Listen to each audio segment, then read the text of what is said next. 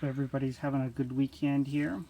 Just wanted to give you an update of what's going on this week. I got to take off in about a week and a half, but I had last week gone through and sprayed, did the first spraying of all the outdoor fruit trees with the basically this all-season horticultural oil.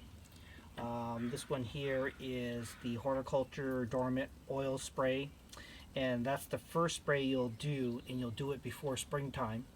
You want the temperatures at least above 40 degrees, and I did spray it on a non-rainy day. And then what I'll do is next week I'll go ahead and spray the tree with the neem oil. And I use a typical 1-gallon sprayer, and the reason I use the 1-gallon sprayer is I only have the 3 trees that I have to deal with, and so I went ahead and sprayed down this 4-in-1 pear tree, and you can tell that it's starting to get some buds out here, right? So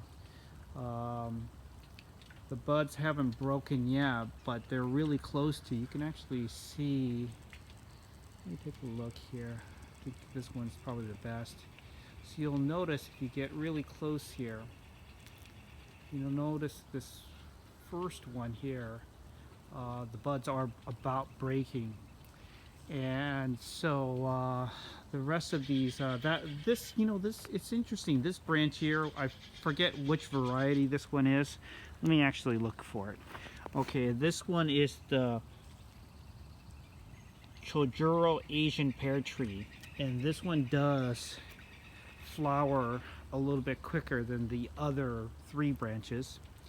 And so this middle branch, which is the Shinziki Asian pear tree, this one here seems to be the last one where the buds break. And then the second quickest branch is the 20th century Asian pear tree, and you'll notice that on this one here the buds are showing. They're a little bit further out, so this one here, the buds won't break that as quickly as the first one here, where look at all that foliage that's growing there, right? Leaves are finally coming out, and this one is the quickest in terms of early spring. Now I went ahead and sprayed it with 2 coats of the Horticulture and Dormant Oil. The reason for that is we get a serious moth problem and bug infestation problem here in the Pacific Northwest, and especially these pear trees. They're really a lot more susceptible to the problems with moths and bugs infesting it early in the springtime, and they carry a lot of diseases. And so you got to kind of nip it in the bud and spray them for sure every year. You don't want to avoid or skip a year, because especially with the pear trees, they just seem to have problems staying healthy. You'll have all sorts of you'll end up having lots of disease issues and leaf problems, all stemming from not doing the horticultural oil. Plus through the winter, although I did have it had a tree shrub jacket on it, it's really important to spray it down, because they lay their eggs all over. Now here is the dwarf apple tree, and you can see some of the buds did already break, and the leaves are starting to come out. And so I had sprayed this, of course, last week too, at the same time that I was spraying the pear and orange tree, and the buds are definitely coming out. What I'm going to do is I'll pick a day next week where it's not raining and it's above 40 degrees at night, and I'll spray this thing with neem oil. I've got to take off in about a week and a half anyways, so that'll be the last thing I'll be able to do before I leave. And I'm going to try to do some prep and some cleanup and get the garden a little bit somewhat organized before I leave. But there's not a lot I can do other than the neem oil portion and laying down a little bit of peat moss into the situation.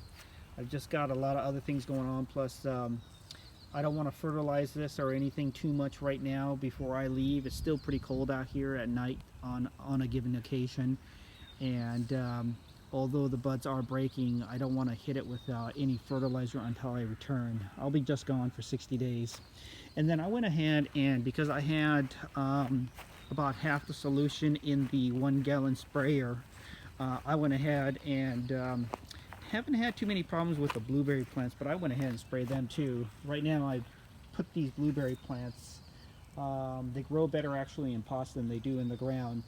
It's one of the very few plants that actually do better in pots than they do already in the ground.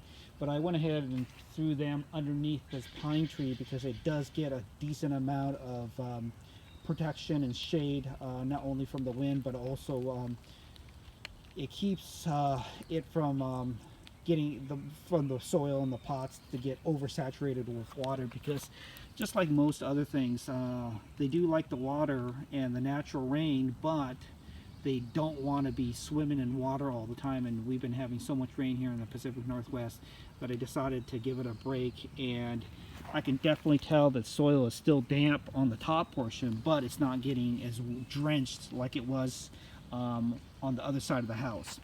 And plus, I put it here in this side of the yard because in the early springtime we get the most amount of sun coming up in the morning that hits this side of the yard, and it kind of stays in kind of a sunny location up until about even 2 p.m.